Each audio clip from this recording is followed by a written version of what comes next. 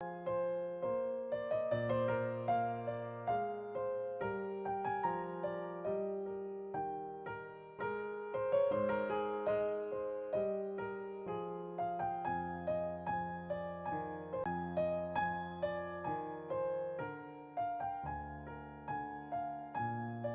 beginning, or did we just kind of pick up where we left off? We were at public comment and our city manager speaking. I think we can pick up where we left off. Jerry, Sherry, do you have any other ideas? I think we should start over because I don't think Jason caught the beginning of the meeting. Okay, all right. I'm not sure if he has. Okay, so here we go. One more time. Committee Member Brown? Here. Here. Committee Member Dragany? Here. Here, I see her. Committee Member Eisen? Here. Back over. Committee Member Foldenauer? Here. Committee Member Gator? He's here. Yeah. Yep. Committee Member McMillan? Here. Here. Committee Member Murray? Here. Vice Chair Etherton? Here. Here. And Chair Rendon? Here. Okay. All right. So I'm here. I'm here too. Sorry. Oh, sorry. Committee Member Reddick, because I checked you off already. All right. So I think just for the sake of continuity, we reviewed the agenda previously. We'll do another quick acknowledgement that we all reviewed the agenda and everything was fine. Not hearing any comments, we move on into number 4, the meeting notes. Again, I think we had the opportunity to review them. Comments, questions, concerns? Seeing none, the meeting notes are approved as is, or accepted, I should say. And then we did have the conversation about the meeting calendar, which was included in the agenda packet. And we did discuss the dates coming up for the rest of the year.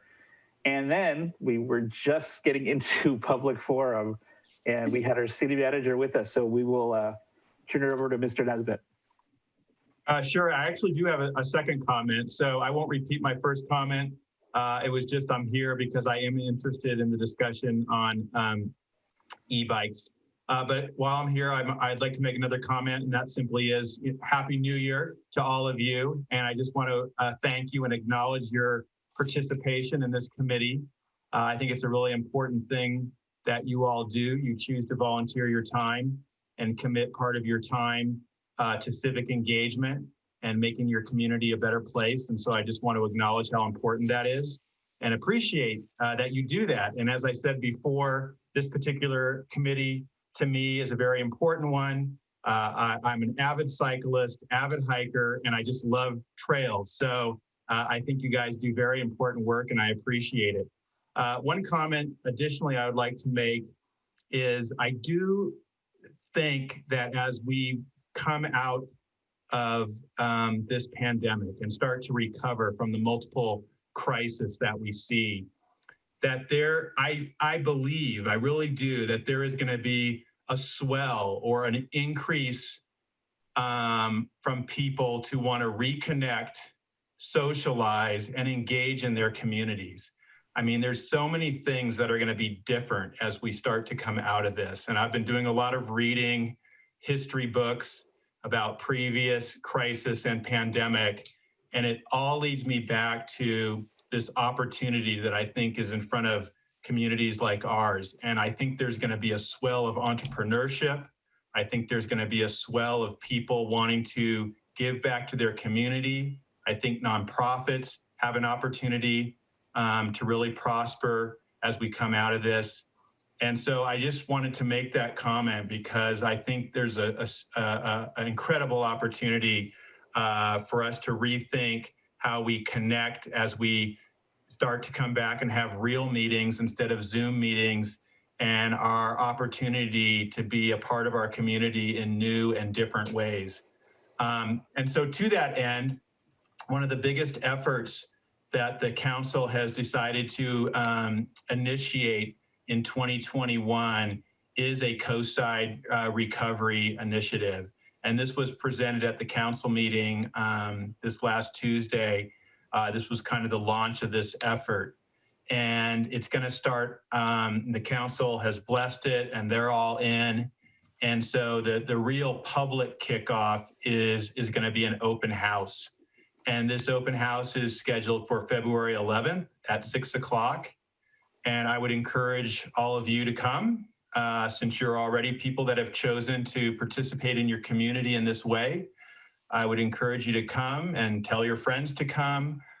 We would really like this public house to be this open house to be well attended, and really hit that theme of recovery and what Half Moon Bay, and kind of a visioning, if you will, what Half Moon Bay can look like 6 months from now, a year from now, 5 years from now, and the opportunities that we have in front of us. So February 11th, 6 o'clock, I'm getting the message out to anyone who will listen to me, and you're the kind of people who are open to this, I believe. So please come and tell some friends, and the open house will lead the effort from there. And we do have a keynote speaker. Lenny Mendoza has agreed to come and speak. So I think it's going to be really interesting. So I encourage you to come to that.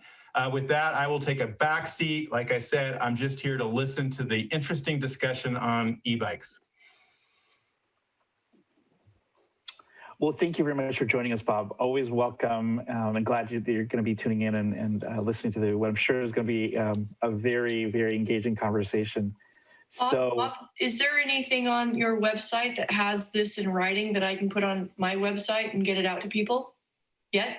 I don't know if it's on the website yet, but I just had a meeting earlier today with the steering committee, and all effort is on promotion at this point. So Great. Promotion, and obviously you're part of that, Michelle. So we'll make sure I will look out for it. Great. Thanks, Bob. Through the chair, there are two other folks in the attendees. I don't know if they have anything to comment on that's not on the agenda. I just want to bring that to your attention. Okay, great. So I think for the members of the public that are out there, what you'd like to speak on is not already listed on the agenda, now's your opportunity to do so. If not, when we move to that agenda item, you'll be given the opportunity to speak. Is there some way that we can see who are the attendees? If you open I want to see our people. If you open up the participants, you can toggle between panelists and attendees. Ah, gotcha. Yeah. Thank you. So there's, I have Jim Sullivan here first. I don't have any hands raised. I see it now. Great.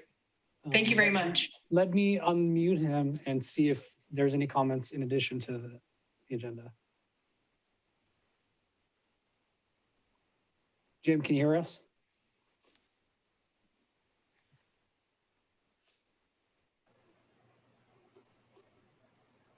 And there's Matt Nichols as well on the attendees list.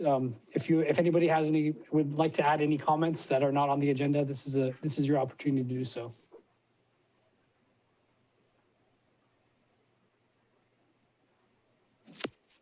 I don't know if they have any comments outside of the agenda.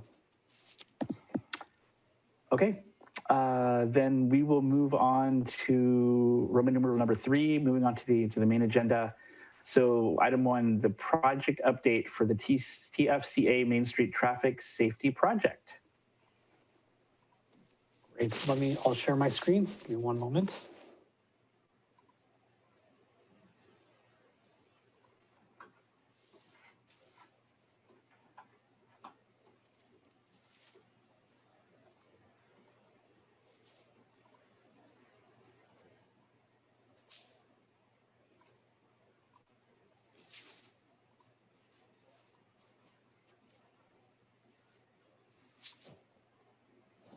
All right, can everybody see the screen? Yes. Wonderful. Thank you, Chair, wonderful members of the Bicycle and Pedestrian Advisory Committee. My name is Mazir Bozerginia. For folks in the attendees that don't know me, I'm the city engineer with Half Moon Bay. Happy to be here tonight and be presenting this project. We also have Jennifer Chong, our Public Works Programs Manager, who spent a lot of work and effort on this project as well. I want to make sure to acknowledge her efforts on this work.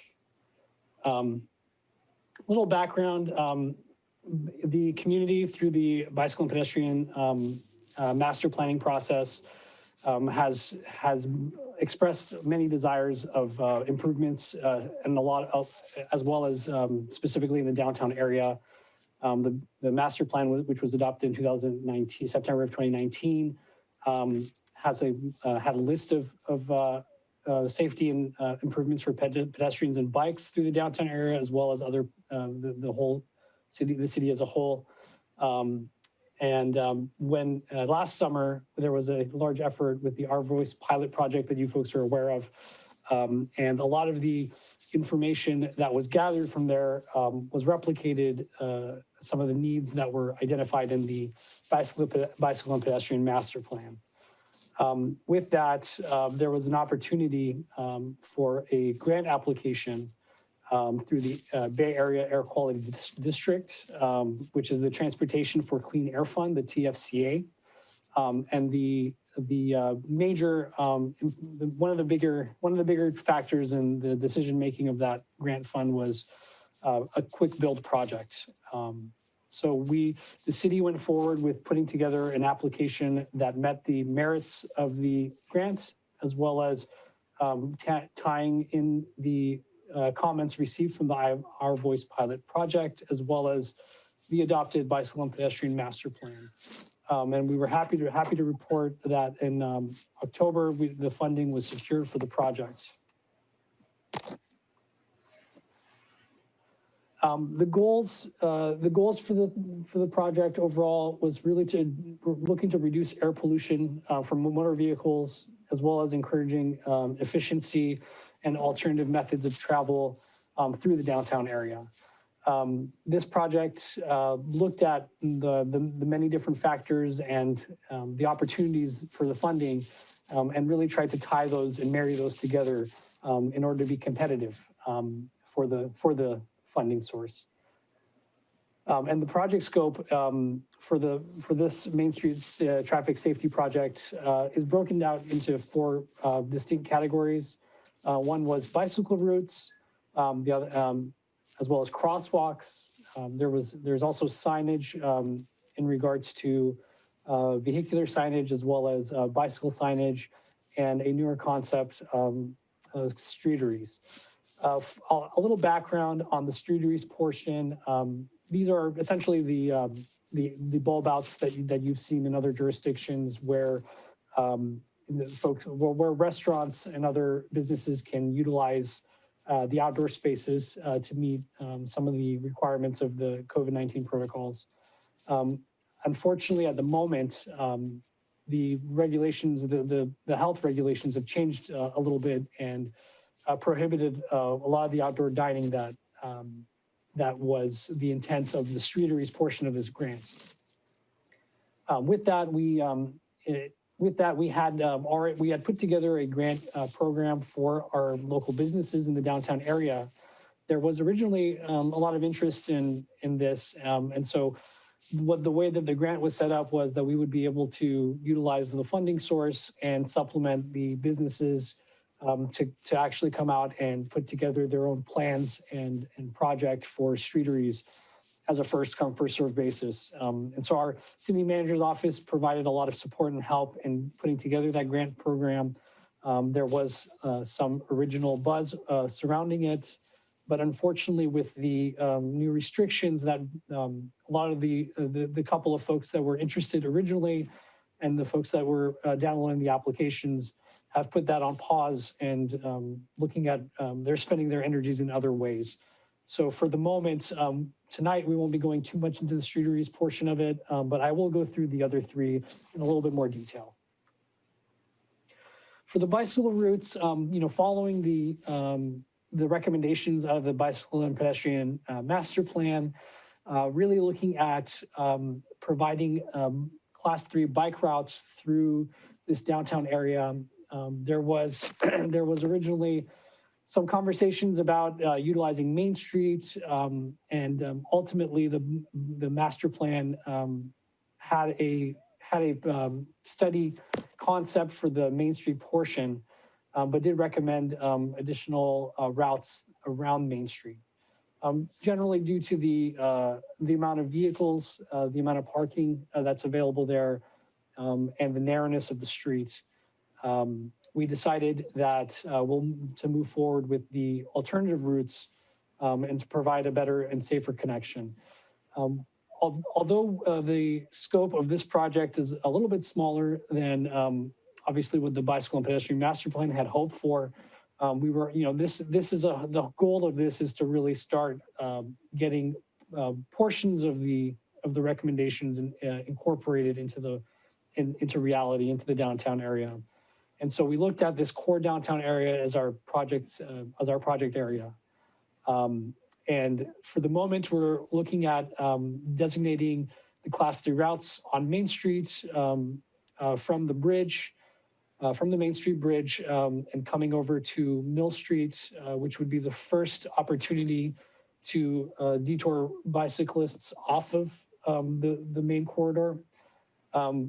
For this Class 3 route, we've looked at detouring them down to the Johnston Street to the east, and then back up Correa Street, where it can be connected to the Cunha Middle School, as well as the library, where we have some existing bicycle facilities and Class 3 routes. We also were looking at trying to incorporate Purísima and from Mill and Purísima to the west.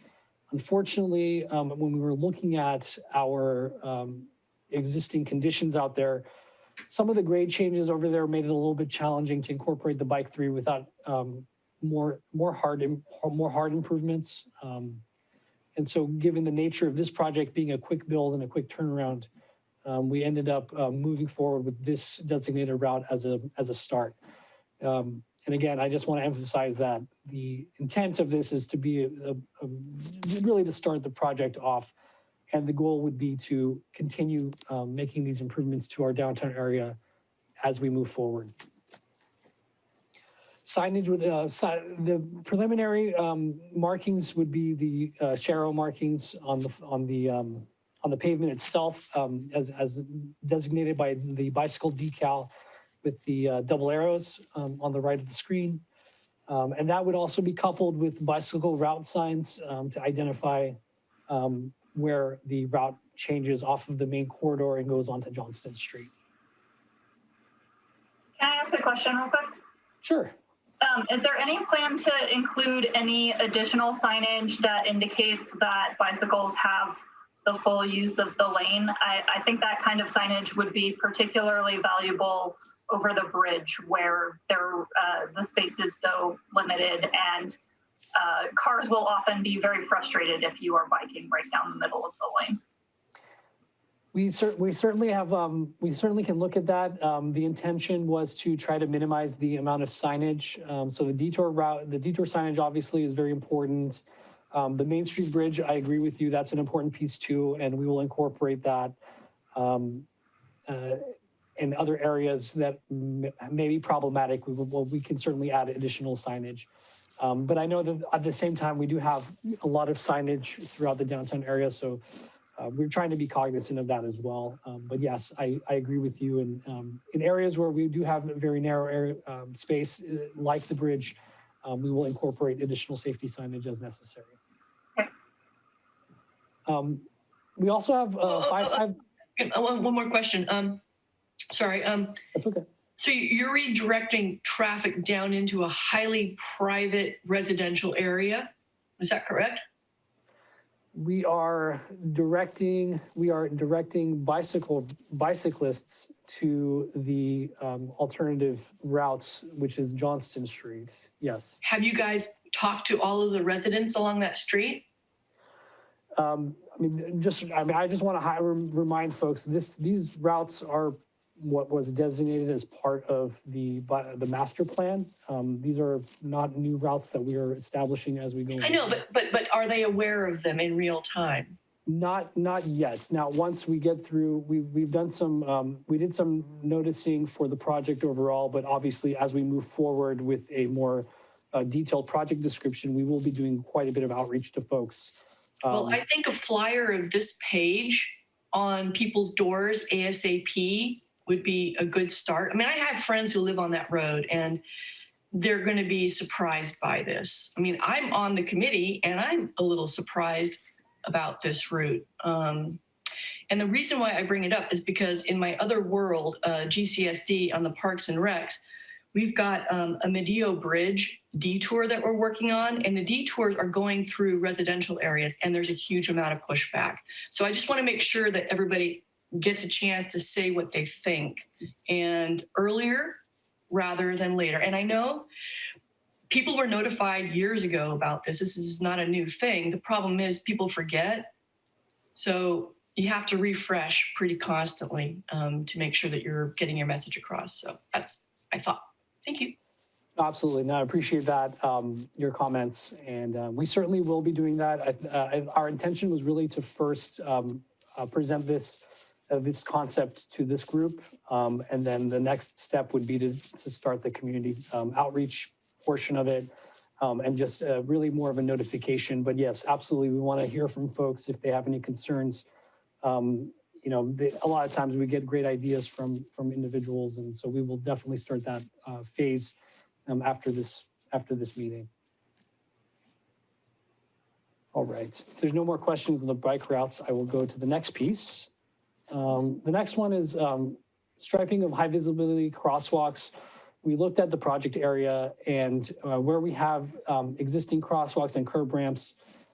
Again, being cognizant of the fact that this grant has a small, it has unique pieces to it, and areas where we don't have existing curb ramps will have to be part of a future phase, which would be increasing, upgrading the ADA ramps as well as installing crosswalks. But for this project, for this phase, we're looking at these 5 high visibility crosswalks, similar to what we have in other areas where we've upgraded our safety and visibility for our crosswalks. It'll be the ladder formation, which you can see to your right, which consists of the more conventional crosswalk markings as well as the laddered perpendicular lines. And so the 5 intersections here are Main Street from Mill all the way to Correas, and then also upgrading the intersection at Miramontes and Johnston as well to a high visibility crosswalk. And again, I just want to stress that this would be the first phase in updating and upgrading these areas.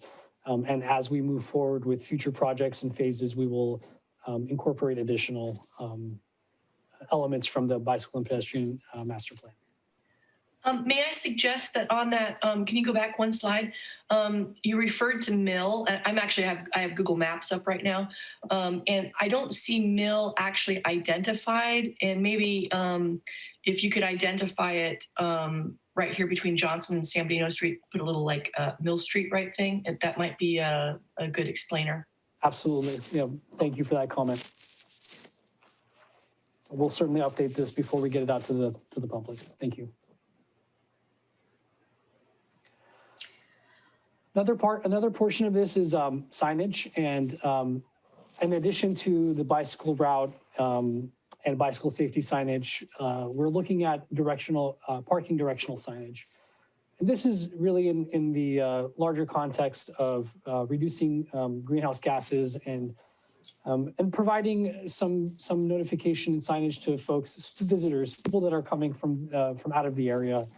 And the goal is to try to reduce the amount of idling and folks trying to find parking right on Main Street. We did an informal parking study of the downtown last year, and one of the things that was pretty evident was, although Main Street does get full of parking pretty quickly on those peak times, there still is availability on some of the side streets that are adjacent to Main Street. And so the intent of this was to really highlight areas off Main Street that have additional parking availability, so that folks aren't circling too much, trying to find a spot right on Main Street, reducing the amount of traffic and folks on the roads, and getting folks into a parking space so they can get out and walk and bike through the downtown area. in all, we're looking at doing 12 signs at 7 of the different intersections labeled here. And again, my goal was really to try to minimize the amount of new posts that we're installing out in the public right of way. It's just, it does add to the clutter. So where we can, we are looking at reducing it. So we're trying to utilize 11 of the existing infrastructure. So only one new pole would be installed. This may be subject to change based on field verification, but our intention is really to try to minimize the amount of new poles that we are placing out there. Good. It's already hard enough to walk on some of the sidewalks with all the stuff there already. Yeah. And then another portion of this, the signage is also to refresh some of the parking signage that we have at some of our city public parking lots. So we have the Mill Street parking lot that has, it has a collection of signs. Some of them may be outdated. So we're going to look at upgrading those and making them more consistent, as well as the City Hall parking lot that has a faded sign and some conflicting information. Those are really the major components of the project. We are looking at, as mentioned, the next steps for us would be, once getting the feedback from this committee, and then the next steps would be to send out notification to the affected residents, as well as posting on our social media websites, and taking this item with your comments and recommendation to the City Council for their review and approval. With that, Hey, Moz, yeah. how much was the grant for? Good question. So the grant we received was just under $110,000. We had asked for more, and I think a lot of folks asked for more. It was a highly competitive bid, and it was a small pot of funds that was originally available. So we ended up getting about $109,000 and a little more.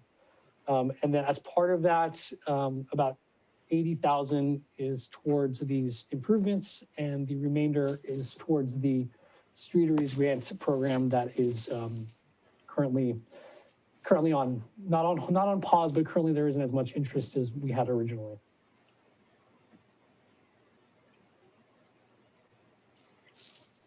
Okay, I just want to say that already that's the route that I use basically biking in the downtown areas. I already use the Johnston Street. So this is the most sensible thing as far as, downtown is concerned. It's pretty impossible to put it on Main Street in that busy section. So, I mean, that is, I like that. That's the way to go on that one.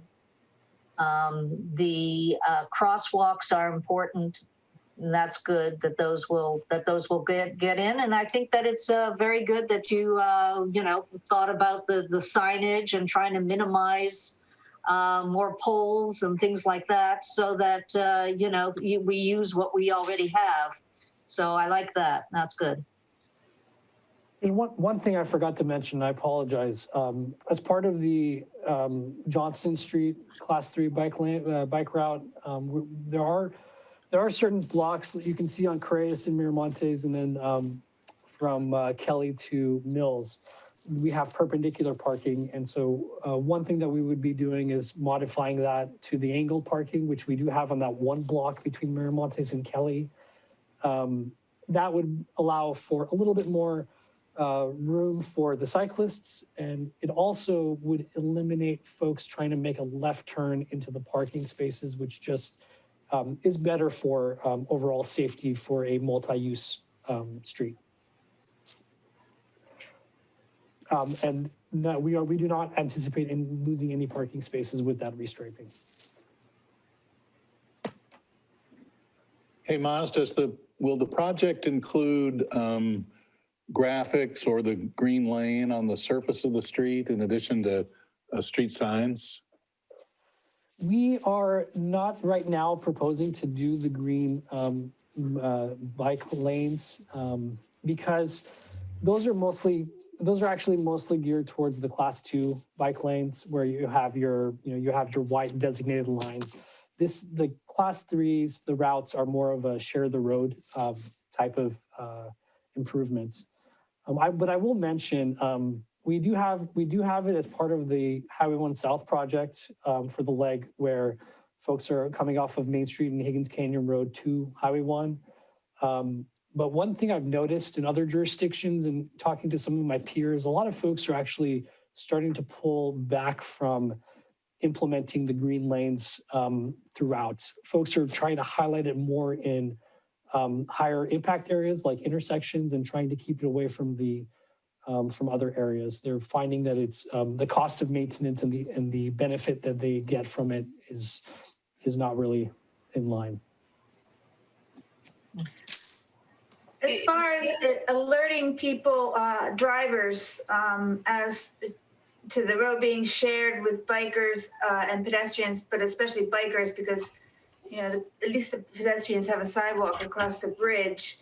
Wondering if there could be some other kind of instead of signage, a flashing light or something that would alert drivers as a bike coming across right behind you or right in front of you. Has that ever been done to your knowledge? Some other kind of a warning system? I've seen other types of warning systems, especially in areas where you have a curvature in the horizontal alignment and other visual barriers where folks can't see very well until they make a quick turn. Mm-hmm. We have not, as part of this project, we had not considered that just because of the general cost of the equipment like that would put us out of the category that we were able to get the grant funding for. But we can certainly look at that as part of the Main Street Bridge project. That would require a little bit more than what the funding that we have available for this one is. But yeah, I certainly have seen it. Cautionary roadway signs, the yellow flashing beacons, Right. Those types of things I've seen in other jurisdictions. And we can take a closer look at that as part of the Main Street Bridge project. Thank you. Ken, I was talking to Mayor Brownstone earlier this week, and I'm not a fan of the VMS signs. And he was talking about using Waze and really making Waze more, because people are using it anyway. And I think as the generations move forward, the people who are younger are using Waze exclusively. They don't look at signs. I mean, looking at signs while you're driving is just as bad as looking at your phone. And I think to, Robert's point, he said something like, well, people are usually in the car, and I can attest to this. I give my son my phone and say, hey, tell me where to go. And even if you have like a pop-up on the screen, people have an idea about what's dangerous in terms of navigation. But according to Mayor Brownstone, there is a lot of stuff that we can do with Waze that we have not done yet. So I just suggest, I'm a techie, so I'm looking for the electronic future. And signage is good, but I think you get lost with all the signs that are on Main Street. So I think that, I think the investment in technology for Waze is far smaller than technology in physical structures as well. That's a great point, Michelle. There is a Waze community. I think there's a community partnership, basically a email group. I am part of that group, and I do exchange information with other folks within that Waze portal. Nice. So one thing that we do, that I've seen other folks doing that we would do, is also share that with them so that they are aware of these changes to our infrastructure. Absolutely, that's going to go kind of hand in hand with the signage, especially these days. Oh, good. Nice. So yeah, that will be part of our project closeout phase when we are getting closer to finishing the construction and getting those folks aware of our changes. Nice, Moz. Hey, Moz. I was curious about the deadline for the spending, and if, for example, well, first of all, do you have to have projects in all 4 categories? And if the, streeteries don't work out, could we utilize that extra 30,000 for the curb ramps or? The way that the grant was very competitive, and part of the reason why we were selected is because of the different types of concepts that we were able to submit. We certainly can look at how the distribution is a little bit depending on the interest. But on the other end of it, there also is the opportunity for a more permanent kind of a parklet area that maybe the city would actually can utilize the funds and do. So depending on how that grant program goes, there are some other options. We have about 18 months to expend the funds. October of 22 is when the final reimbursement request must be in. So we have a little bit of time to figure that out. And I think at the moment we're going to wait to see once some of the COVID restrictions are possibly lifted, especially with the hope of the vaccination protocols. So there's still an opportunity for businesses to come back and try to get these grants to help promote their businesses and provide that outdoor space for folks. But yeah, we will still have an opportunity to revisit that if that's not something that the community and the businesses are actually interested in. Thank you. Moz, Matt Nichols has his hand up. All right, Chair, if you're ready, we can start taking public questions. Yes, we'll open it up for public comment, please. Hey, can you hear me? Yes. Great. It's kind of 2 comments, actually. The first one was going back to that part about cyclist visibility on the Main Street Bridge. And I was wondering if it would be possible just to put down one of the cyclist road decals just when you're entering the bridge that are like the highly reflective ones. Yes, that's absolutely part of the, that would be part of the plan. We were looking at, for the class 3 that we have highlighted, we will be doing the road pavement markings. We do find that is a very, with the thermoplastic high visibility, we do find that to be the best indicator for vehicles, as well as we will also be adding some additional signage as well. But yeah, absolutely, that's going to be part of this project. And then my second question was going back to the parking signs, directing traffic and visitors to the parking lots downtown. Would it be possible to have something on those signs just pointing out that it's free parking? We can definitely look into that.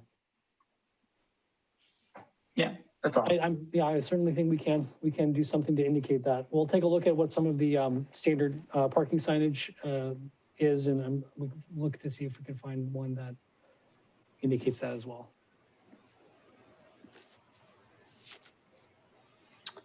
All right, any more public comment on this item?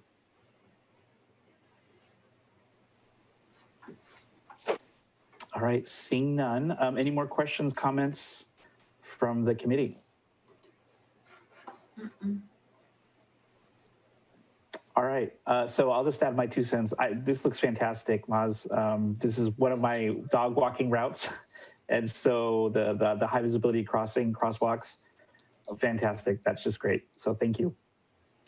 Then not seeing any more comments on this item. Let's move on to agenda item number 2. This is an informational update on e-bikes and trails. And I think what we'll do with this one, we'll have Maz do his presentation.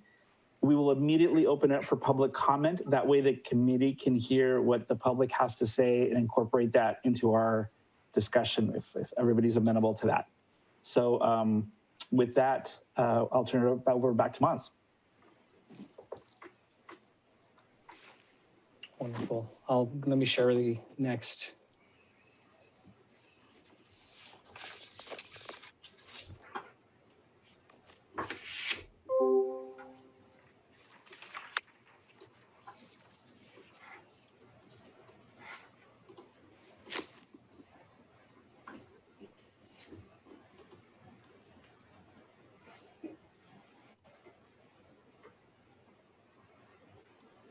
All right. Everybody see my screen? Yeah. All right. And Chair, I'm sorry, did you want to, with the public comments? I missed that part. Did you want to have them? My recommendation was that you make the presentation, and as soon as you finish, we open it up for public comment first. That way the committee can hear what the public has to say, and that gets incorporated into our deliberations. Got it. Thank you. All right. Thanks again. So this is I wanted to give an informational update on e-bikes and our city trails. There's been a lot of, there's obviously been a lot of questions and inquiries about this. We've had members of the public more recently provide comments and ask questions about our policies, and we figured this would be a wonderful time to bring this back. I know that this group had discussed this a couple years back, but I think with the additional interest that's being shown, it just was a good time to revisit this. And we did a little bit more research as well as on the staff side, and found a little bit more information that I think would be helpful for this committee to know and aid in your discussion. All right, so a little background. Originally, when e-bikes were created, they were classified as a motorized vehicle. Since then, a lot of advocates have come through the woodwork and have they've made a lot of efforts into recategorizing e-bikes and updating state legislation. You guys may remember, but for the benefit of the public, I'll just go through the different classifications. So we have 3 general classifications. The class 1 is a low-speed pedal assist bicycle that has an electric motor, and it aids a rider while pedaling up to 20 miles per hour. That's the big distinction for that class. Class 2 is a low-speed throttle assisted bicycle. So this is the difference here would be the electric motor will help propel without the rider actually pedaling up to that 20 mile per hour threshold. And then there's the class 3, which is essentially the class 1 pedal assisted electric motor, but the speed is increased to 28 miles per hour. And then there is a sub-classification, which is the electric mountain bike. And that's basically, they're generally classified as class 1s based on the pedal assist as well as the speed limitations, but that they may differ based on manufacturers. But for the majority of what we were looking at, it looks like most of them are class 1. And you folks might know, I know we have some folks on this committee that will probably know more than I do on this. So going to our current city municipal code, a little background. Back in 1983, this code was established. The city's municipal code, section 10.48, talks specifically about the use of vehicles on the public highways, off the public highways. So this would be any of our trails. For the most part, we had prohibited use of all vehicles as the way the code's written off of those public highways and streets. And then there's a definition of what a vehicle is in that chapter, and it includes motor vehicles, motorcycles, mini bikes, dirt bikes, dune buggies, and any motor-driven cycle or vehicle. Now here's where, when we started digging a little bit more into the state legislation and regulations, in 2016, we found that actually the state changed the classifications of e-bikes and created its own separate category, and it's not technically classified as a motorized bicycle or a moped. And then the California Vehicle Code section listed here, this is an interesting one. It prohibits the use of class 3 e-bikes on recreational trails and paths unless this jurisdiction approves them. And here's the piece that it's a little bit new to us once we start digging around, is that the public agencies may prohibit class 1 and class 2 e-bikes on trails within the jurisdiction. And that's a little bit different than the way that we had the way that we read the legislation previously, in that we originally the thought was that they are prohibited unless we allow it. Now that still goes for motorized vehicles, but since the classification of an e-bike has changed, there could be a little bit of a different interpretation to that. And so that's where that's where it changes the way that we think a little bit here. And so with the e-bike being its own classification, somebody can argue that they may already be allowed on our trails. So there's an attachment in the memo that was sent out, and these are just excerpts from there. So, and I've only highlighted a couple of them. So if you are interested in looking at the full DMV letter, the memo, it's part of the memo that was distributed a little earlier today. But I just wanted to highlight a couple of them. Here is that, again, this CVC 312.5, it's defining that electric bicycles as a specific category, being pedal operated and motors of less than 750 watts. And then it goes through the classifications that we went through earlier. It also talks about the separation of the motorized bicycles and the e-bikes. And then it talks specifically about excluding classes of electric bicycles from that class M2 vehicle, which would be the motorcycles and the mopeds. And then here it talks a little bit more about it talks about the restrictions on that. So the speed limit obviously is a really big concern. And so the law does state that, tampering with those regulators are prohibited. And so really it focuses on the speed of the vehicle of the e-bikes and as its own separate entity now that it's been removed from the other motorized equipment. So what ends up happening is essentially we have the electric bikes will follow those criterias, and as long as the person is not operating a class 3, they are allowed to navigate the majority of the trails in the state. There are some exceptions given to universities, such as the Regents of the California school system, but municipalities fall under a different umbrella where essentially the way that the code is written is that e-bikes are allowed for class 1s and 2s. Class 3s would be allowed if we chose for them to be allowed, or the city could choose to prohibit class 1s and class 2s out of the trails. So that leaves us with 2 potential options. So the first option would be to look at our existing municipal code, chapter 10.48, and update that to reflect current state regulations. So cleaning up the definitions, defining the e-bikes separately as the state has done, and then looking at, and allowing those uses to be similar to what the state has allowed. The other option obviously would be to prohibit the use of class 1 and class 2 e-bikes on city-owned trails. Those would be the 2 main options. And there's a lot of gray that could be in between, but those are kind of the 2 big options that we're looking at tonight. And I do want to mention that with the state's regulations being that class 1s and class 2s are allowed, our connection of the coastal trail to the north and to the south, technically, they do fall under the state's ownership and oversight. And so the way that we're reading this is that class 1s and class 2s are allowed on those, which is something that we knew in the past. And we can certainly reach out to state parks and have a more specific conversation to our area and how it impacts it. We were trying to get a meeting with the state parks in the past.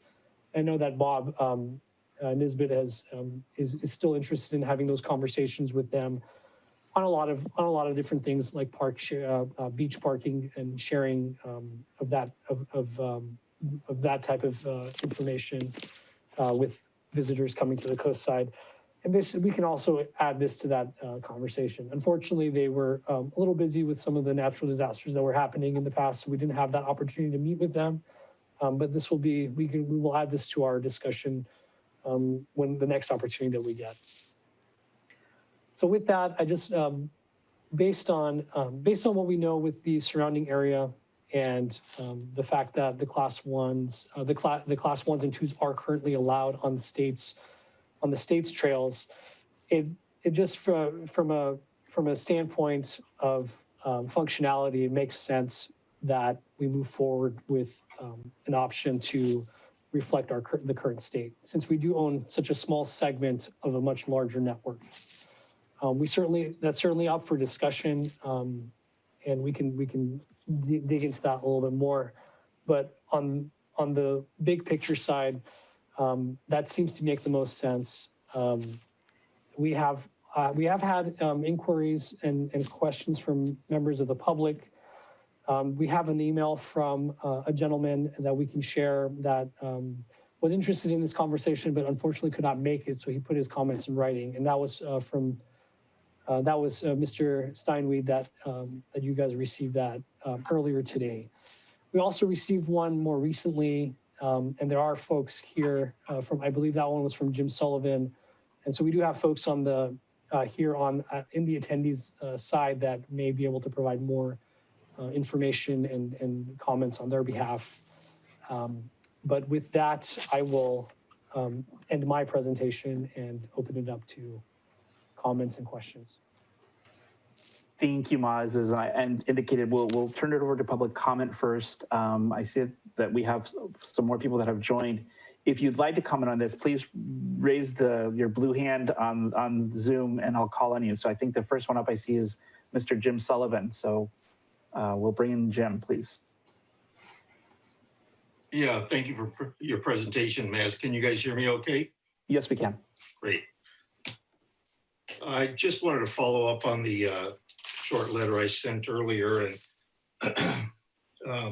just on the really valuable aspects of allowing the riders to just commute or recreate on trails away from the motor vehicles. That's kind of one of the driving forces with that new technology is you're able to get out and enjoy the outdoors without mingling with cars.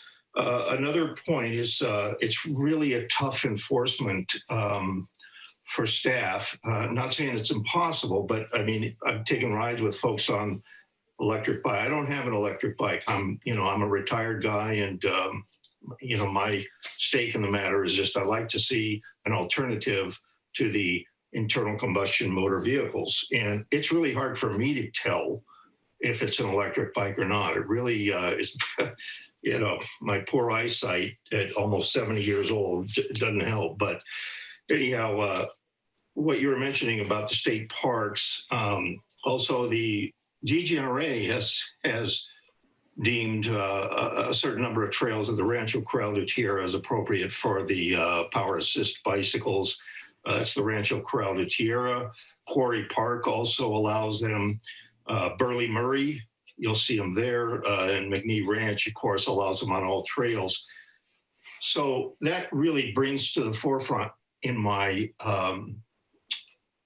mindset that for folks to not have to get into their cars, to not have to get to these open spaces that we all cherish here on the coast is a really valuable aspect in the corridors from the Ritz actually to Cowell-Parisima Trail, and then points north. The key value of continuity for folks is, a lot of folks that will rent electric bikes and they're newcomers. And, that's kind of a double-edged sword where it's like, wow, they're out of their car. That's a really good thing.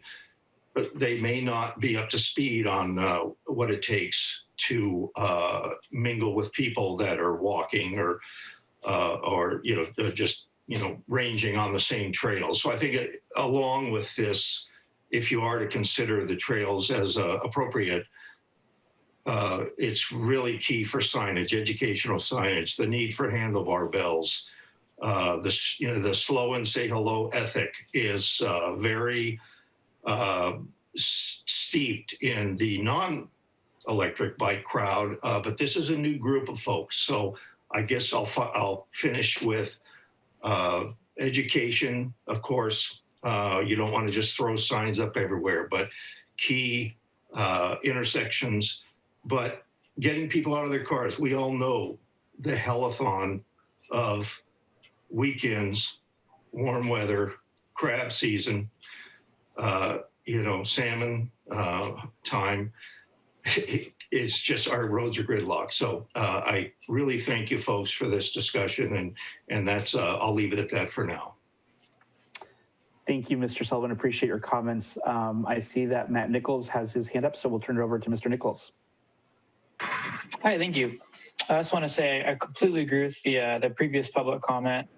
And just to add on to that, I really think that it's a great way to add accessibility and inclusivity as well, because with those electric bikes, it allows people that might not physically be able to appreciate the trails to their full extent to be able to go further than they normally could, as well as making it easier for people, locals and visitors alike, to travel up and down the coast without having to be in cars and traffic.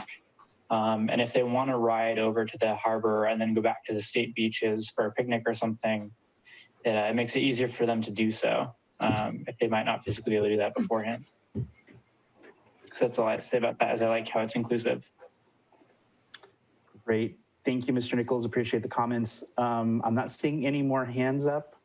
So with that, I will turn it over to the committee for discussion. Well, I see Paul. Oh, sorry. Go ahead, Steve, and then Paulette. Thank you. Thank you. Sorry, Paulette. Problem. Yeah, I guess I have a comment and a question for Maz.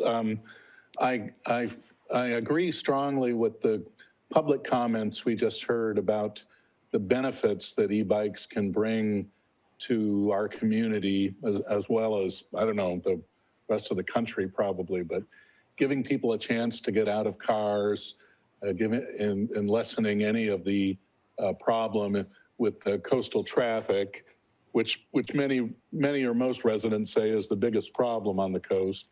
Certainly that's desirable. I guess a lot depends on what you mean by city-owned trails.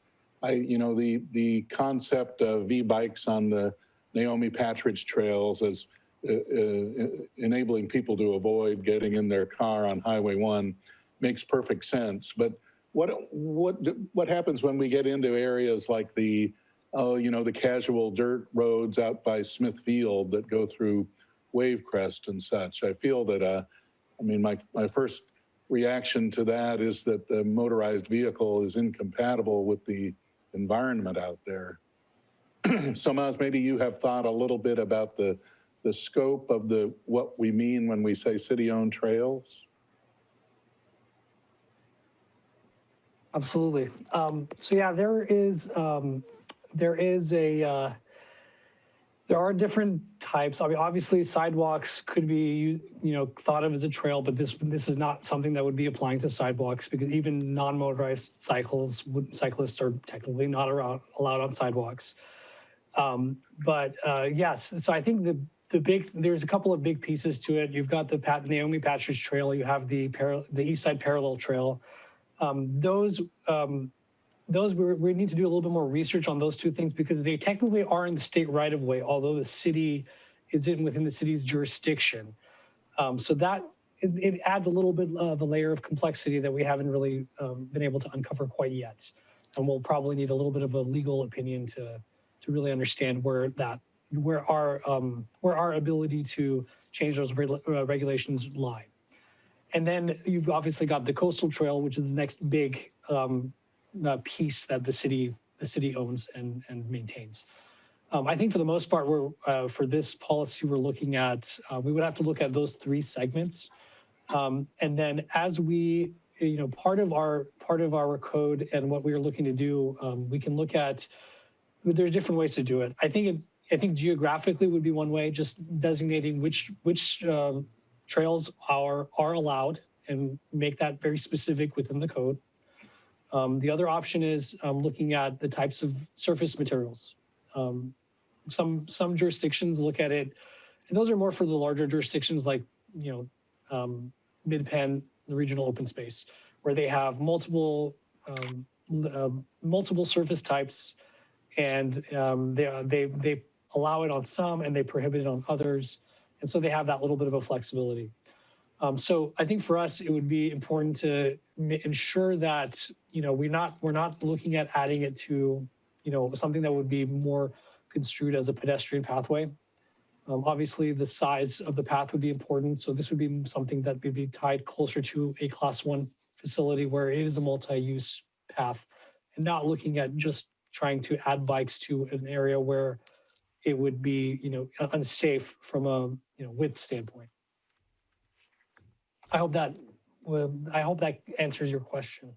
Yeah, as far as the coastal trail goes, would you consider that the city-owned portion goes all the way to the golf course, or does it go as far as Seymour Bridge?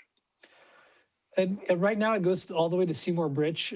Part of our conversation would also be with Coastside Land Trust to get their thoughts on this as well. That's another piece. They're obviously another, they're a major land property owner, and they do have a large portion of a potential trail that would be part of this segment. So that conversation has not happened yet, but that would be part of the next steps too. Well, that makes sense. Thank you for that. Okay, all right. So I just have some thoughts, not necessarily like what the direction is that we really should take, but I have some concerns. One is, of course, I have an e-bike, and I use it on the coastal trail.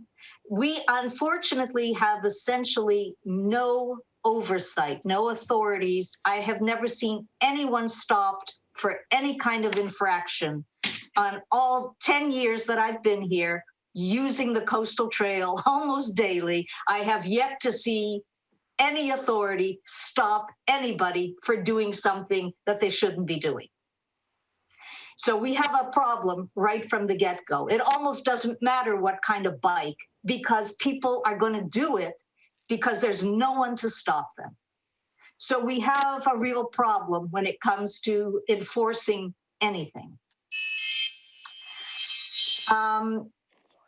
So that's a real consideration. The other thing is that my concern about officially allowing e-bikes is that right now, BikeWorks, as far as I know, then anyone can correct me if I'm wrong, but they do not rent, we don't have electric bike rentals here in Half Moon Bay. And my concern with this is that then why not? Why wouldn't they start having e-bike rentals? And if that starts happening, now we have a lot more traffic on the coastal path, for instance, with a lot more people going at speeds they shouldn't be, but of course no enforcement. So we are, unfortunately, to me, it feels like, oh my God, we're opening Pandora's box. But at the same time, as I say, if the state is going along with this e-bike thing, and they're not going to enforce anything different, then the reality is we're going to have a whole bunch of e-bikes on the coastal path. So I don't know. As I say, I don't have solutions here, but I am throwing out like things that we should be at least thinking about and are of real concerns. Because, in Parks and Rec, when we were looking at this, at that point, the state was very specific about either not allowing e-bikes or only e-bikes that don't have the throttle or this or that. But of course, again, they can say whatever. They're not going to enforce anything. So people are still doing whatever they want on that coastal path. And that's a big problem. And that's why I wanted state parks to be involved in this discussion, because it's, and especially during COVID, we've had so many more people down at the on the coastal path. On the weekends, weekends, I don't go down to the coastal path at all. I just won't do it. It's just too many people. It's too dangerous COVID-wise. There is no way people are social distancing. And of course, a number of people are still not wearing masks. So I don't go down to the coastal path at all on the weekends. I have to walk around my neighborhood to get my exercise, but I will not go down there. So my concern is getting it more out of control than it is already. when I can't go down on the weekdays either. You know, so that's that's what I'm worried about. I have a couple of questions and comments. I was just like wondering if we were to like prohibit like any type of e-bikes, like how would we do that exactly? And also, I think that like the coastal trails are really crowded on the weekends. Definitely, I agree with that. But like I feel like people are going to still keep coming, and I mean, even if e-bikes are there, I don't know if that'll increase the amount of people. But I think I would rather them be on like the coastal trail than on the highway, because I do agree a lot of people complain about the traffic, and it is pretty bad. I also think that people are just kind of bored because of the pandemic. There isn't much to do, so that's why people keep coming down here. And I think that like there was like one of those weekends where we like closed all the beaches. I don't know how that went. Like there was like basically like I think it was like 4th of July, and all the beaches were closed. And that went okay, but I do think it's also like people do really enjoy the beaches, and if more people are coming, it could really increase tourism. And I think e-bikes would be great because they can like go to the beach, come back in town. I think that would be a great thing to like increase tourism. But yeah, one of my main questions is just like how would we like enforce it if we were just to ban it all? No, absolutely. I'll take a stab at that. We had a conversation with Captain Lopez and our city attorney just before this meeting, just to have this a little bit of a conversation and background. Obviously, there are challenges to enforcement of the trail. A little bit of ambiguity right now as to the requirements, but the captain did ensure me that they will do their best to enforce as much as they can. That is, it's going to be a problem just because of where it is and the number of officers that we have available in our area. But it doesn't mean that they would not be enforcing or responding to any calls on any major issues. Certainly, that would be part of it. No, I hear your concerns about the crowded paths. That's definitely that's definitely an issue, and I think in a way I think it'll self-regulate in a way, because if the space is not available, if nobody can go at a certain speed, they're not going to they can't go through people. So at some point, especially on the weekends, I probably would... No, Moz, I've got 50,000 miles on that trail, and you are wrong. If you have a bike that can go fast enough, they will go fast enough. It takes an enormous amount of self-control and manners to manage an e-bike. And road bikes go 15 miles per hour on average, and they are actually more of a danger than the e-bike. So my rule is simply between 10 and 15 miles per hour. You guys can decide. I think it should be 10. It's posted at 15. I think it should be 10. All the way along the trail. And as somebody who can go 28 miles an hour, do you have any idea how many guys I have chased down because they have passed me because I'm being polite, because there might be a toddler, wandering around on the trail. I'm being very conservative. And because I have an e-bike that goes 28 miles per hour, I catch up to them and I say, "Excuse me, sir, may I ask why you passed me while I was passing a toddler?" And they don't have a good answer for that. So I think the signage is being two messages. 10 miles per hour, and people will go above that, but that's the advisory thing. And the idea is if you're walking, do you want somebody going 10 miles per hour faster than you are walking? I walk, and no, I like to have somebody going slow enough where they can say hello, ring their bell on your left, on your right. It's a very convivial experience. It is not a convivial experience on the coastal trail right now. It's a war zone. And until you put, and my suggestion 2 years ago was paint a few iconographic signs on the trail. I can do, in fact, I will fund it myself. It'll cost me a couple of grand. You know, you have the toddler in the stroller. You have the older person in the walker. Those are the signs that you need to put up there. It's cheap, it's fast, and it's quick. But the e-bikes and the road bikes, they come down from Highway 1, and they think that they can do on Highway 1 that they can do on the coastal trail. They cannot do that. And until you put the signage and until you create enforcement, and you can put all the signage up you want, and until you have BPAC committee people with like a little maybe vest on them. I'm a CERT trainer. Let's get some vests. You get out there and you stand out there at Roosevelt and Venice, and you say, oh, and there's a lady, Loretta.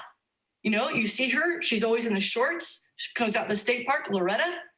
And she will sweep the road right at the Pillar Cetus Bridge to make sure that, yes, Steve, you're nodding, you know who she is.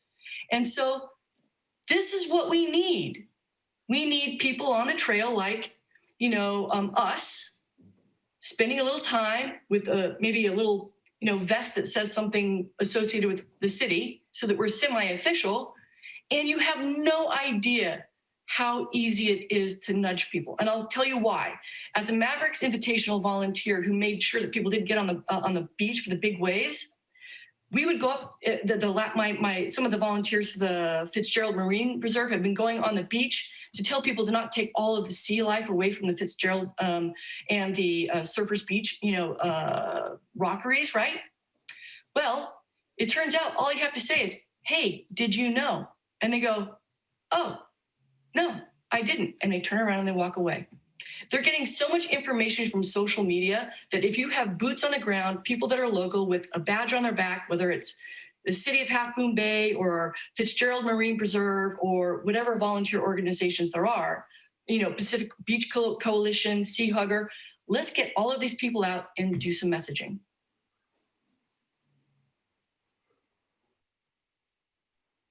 Paulette. Yeah, I just want to follow up on, I agree with a lot of things that Michelle just said. I just want to follow up though with Bill Murray's chat comment. And let me see if I can remember what he put down because it was good. Oh yeah, the stripe. We've discussed this before. The median stripe really makes a difference. I can't think of when I've had any issues on that area where there is the stripe, where you do very clearly know this is the right-hand side, this is the left-hand side. I don't remember, I can't recall ever having like real issues with anyone on that specific part of the trail where there is a stripe. The stripe is really important. It will make a big difference, and but again, this is why we need state parks in on this discussion.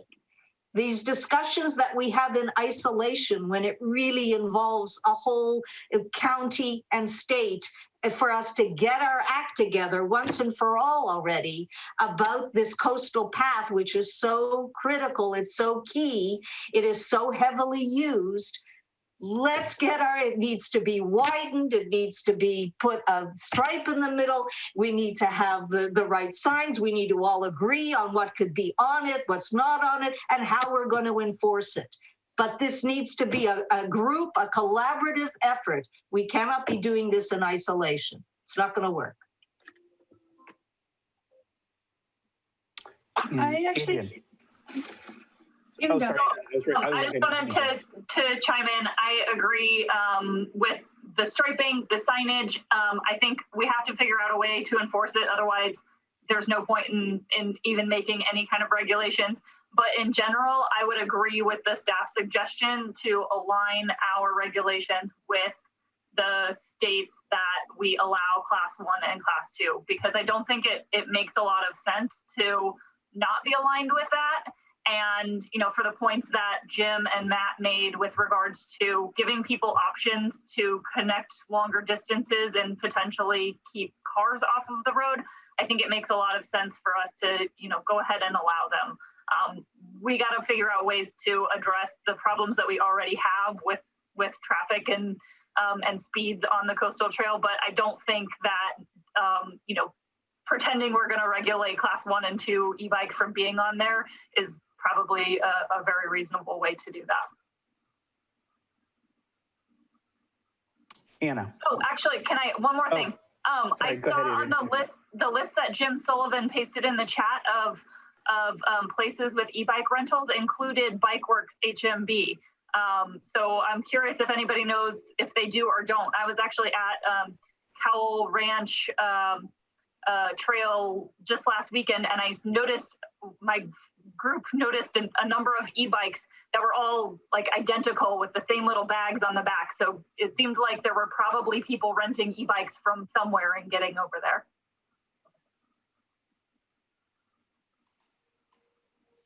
I think like we should try to like almost own the e-bikes, try to like bring them here, because it could be like a major moneymaker, especially because we're in like a recession. And so like, I mean, if we were to put more signage in to like advertise it, and I also think it's a good idea to put like regulations on it, like a certain speed limit, definitely on the coastal trail. But I also think it would be a really good idea to like have signage, and then like, this is where you can get an e-bike, this is where you can like lock your e-bike, like these are places you can go with your e-bike. And I think that could really be like a great way to get more like tourism, and it would just be like, I think it would just help the whole community.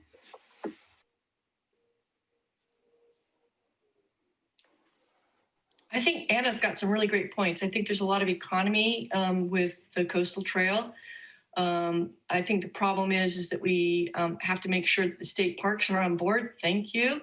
They have to be able to cut back the willows, and they're going to be really growing in the next 2 months. And they don't do that consistently. I've tried repeatedly. In the chat, I said, is Terry Kaiser still the state park guy that's in charge of, he used to live in Moss Beach with his kid. I think he's still the guy, right, Bob? He retired. Oh, so who's the guy now?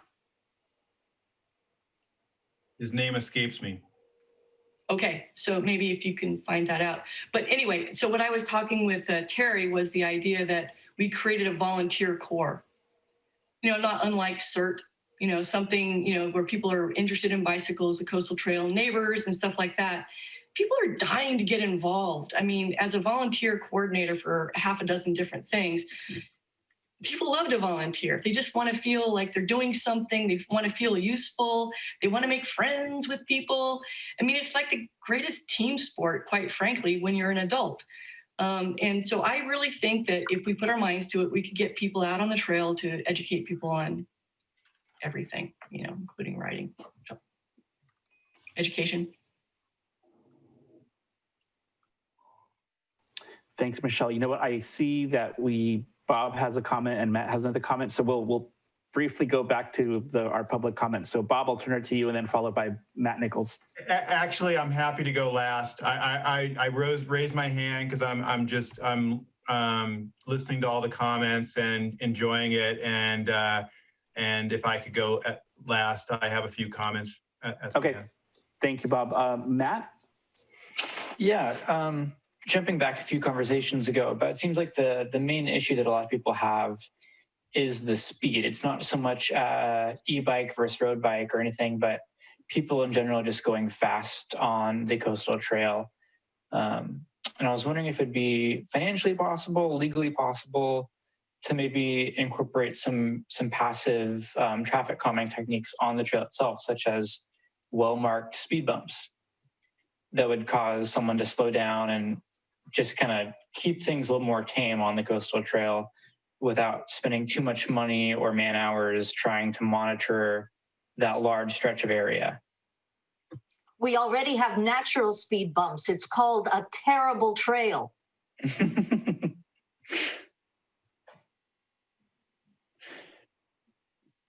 I'll just if you ride along the trail and you see all the white, spray painting on all the bumps, that's me.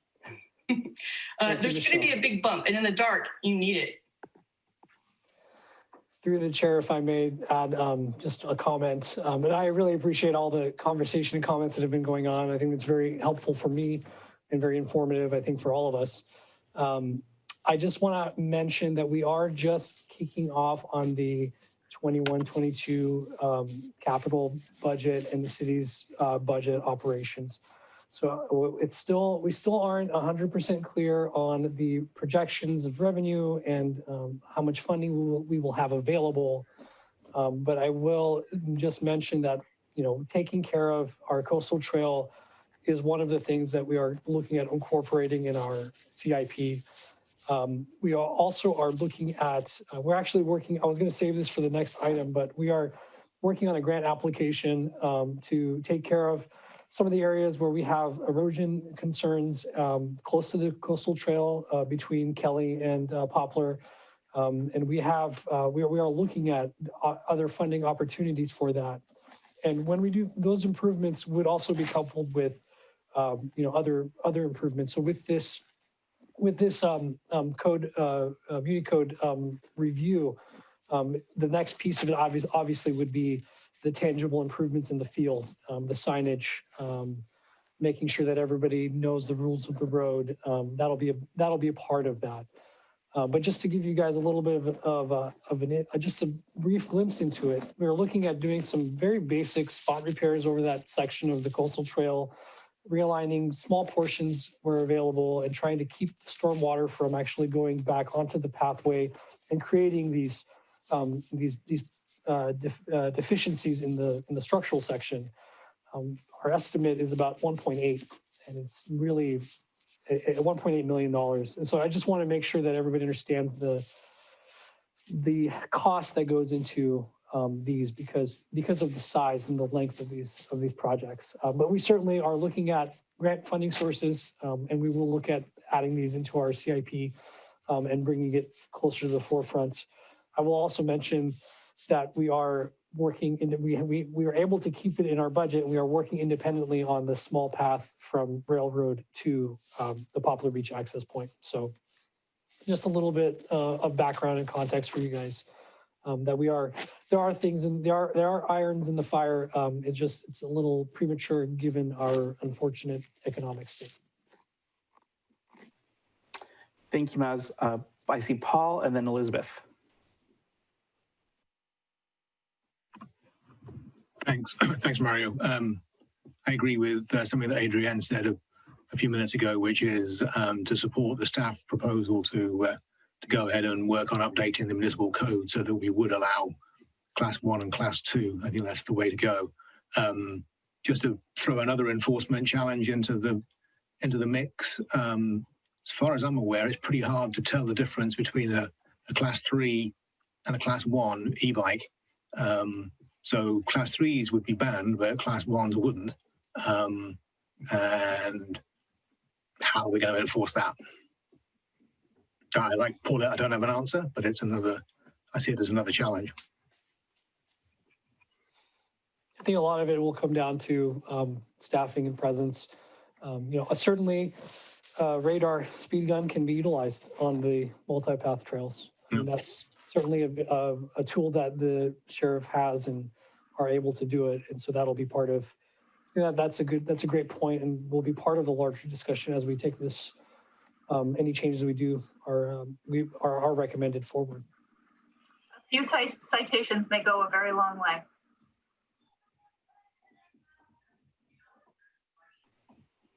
And Elizabeth, you had a comment?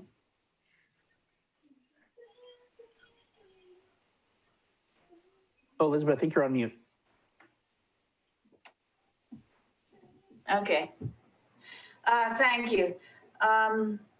I agree with anybody like Matt and Michelle who have kind of stated that speed is the issue rather than the class of bike, because road bikes can go real fast, and I've seen them too. I'm wondering, did the sheriff's department ever patrol the the trail on bike? Maz, do you know that? They haven't. They do have the Polaris vehicle that they use on the beach. That also good. They also utilize it on the trail, but they certainly can add bikes to their equipment. And Yeah. Captain Lopez was in favor of that. I think that would be a wonderful help as far as enforcement. Random patrolling by sheriffs, especially on weekends.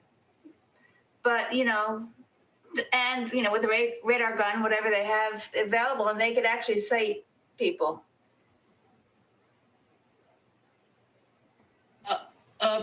I'd rather ambassadors. Sorry. How about both? I mean, No, I don't want guns on the coastal trail. no, radar guns. No, the sheriff, if they're on a bike, they're going to have a gun on their hip. I don't want that personally. I don't want military patrol on the coastal trail. I want ambassadors who are just neighbors and friends and people who like to bike and walk, and we all share the same vibe. Sometimes bikers don't get what pedestrians want, and sometimes, you know, pedestrians don't understand what bikers need. I just think we need to come together on that. I'm both a pedestrian and a biker. So I don't like to be, you know, hazed by a biker going really fast. And again, I get back to my 2 rules, 10 miles per hour and be considerate.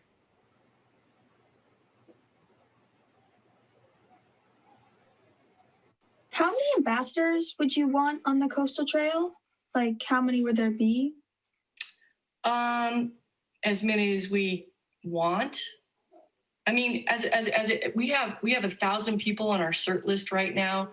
I have probably 70 people on my history association. And then there's the Odd Fellows. I mean, if you look at all of the volunteer people that are on the coast, they all want something to do right now. And being outside, there's the Pacific Beach Coalition, there's Sea Hugger, and I'm in the middle of like organizing a garbage and a rogue wave group of volunteers. I mean, I've been doing this for 20 years, volunteer. People love to volunteer. It's the greatest teamwork. You just tell them, what are you interested in? And they go, oh, I want to do that. And if you give them the right path, they are off and they are running. So I'm taking care of the beach with the garbage and the waves, because we've had a few people die in the last couple of months. And we could do the same thing on the coastal trail. But do you think like the ambassadors would like really be taken seriously? Because Oh, sure. I think. So I have going back to the Mavericks tide pools, right? So it turns out that there was a YouTube guy called Outdoor Chef, and you can Google him, and you can look at the video that he did on mussel collection, and he said, get a fishing license. So everybody watched the video on YouTube. I mean, we're talking about hundreds of thousands of people. And they came, and Keith Mangold and Chris Leannan, a bunch of people from the Fitzgerald Marine Preserve, they came down as volunteers, completely unassociated with the county or with the harbor or anything like that. They just went down, and they said, hey, did you know? And not one person argued with them. They were like, oh, we didn't know. And they all went home. So I think nudges, I think signs are great, but I think one human nudging another human being, and again, I ran the Mavericks contest for 10 years for the volunteers, and my job was to keep people off the beach. And I would do all of these tailgate trainings with the people between the 5 months from November 1st until March 31st. And I would take them for a walk on the beach. I'd take them for a walk up on the bluffs, and I would explain to them why we're trying to tell people to stay off the beach. It's because of the rogue wave. And when you explain to people in a very logical, sensitive way, compassionate way. And when you say, you know what, you can come back next week and it'll be even better. And that's what we did. And I think we can do that on the coastal trail by saying, hey, you know, we want people to go just, you know, imagine your grandma. Imagine riding by your grandma, which is why those iconographic signs are really important. It makes people, there's a, you can Google this, it's the economics of nudge. And it's done in Britain. It's called the nudge unit. They actually have a nudge unit. Steve Levitt, there's a whole bunch of people, Freakonomics, big on this. You can nudge people. So here's an example. They wanted to get people to stop prescribing antibiotics in Britain. So they sent out an email, not even a mail, just an email saying, did you know that you're in the X percentile of prescription for antibiotics? And so you get that email, it says 75%, you go, oh, okay. So they actually had like maybe 250,000 fewer scripts that year because people were simply more aware. So the whole nudging thing do you really is about think awareness. like adding more people to the coastal trail is a good idea with like the pandemic and everything? Like having more people come to the coastal trail? They're already there. More Anna. interaction? They're not. There's no way you can stop them. The California Coastal Commission actually mandates by law that you can't. So we have to deal with the problem. They're still going to come. And you know, if you didn't live here, and if I didn't live here, you didn't live here, we'd all be coming here. So we have to have some compassion for what they are feeling. I live on Vassar, next to the yacht club, opposite Mavericks Paddle Shop. And if you want to talk about traffic, you got to understand that they want to come here. And it's by law that they get to do so. Yeah, I understand so that. we have to create some sort of mechanism. And the only thing that I can think of is having some of us get out there and talk to some of them. And in my experience, there's been like maybe 3 or 4 times where I've seen like a particularly at Roosevelt and at Dunes, you see a confluence of people, and there can be like, they're all coming out of the park, the neighborhoods, right? They're parking in the neighborhoods and they're coming through these small little channels that they can find on Google Maps or Waze or whatever it is. And they get stuck at the bathroom because they've been in the car for 2 or 3 hours. So you get to Roosevelt, you could see 35 people there. And I remember the very first time, and this is back in like April or May, I go, hi, I'm a local media person. I got a sticker on my back. I'm just curious, how many people live here? None of them raised their hands. And then the people that were close to me, I said, so what county did you come from? They're going, Shasta, Alameda. They're not getting the same messaging. So that's part of the problem. That's why the only way that we can control things is from here. That's just my analysis. I mean, I could be wrong.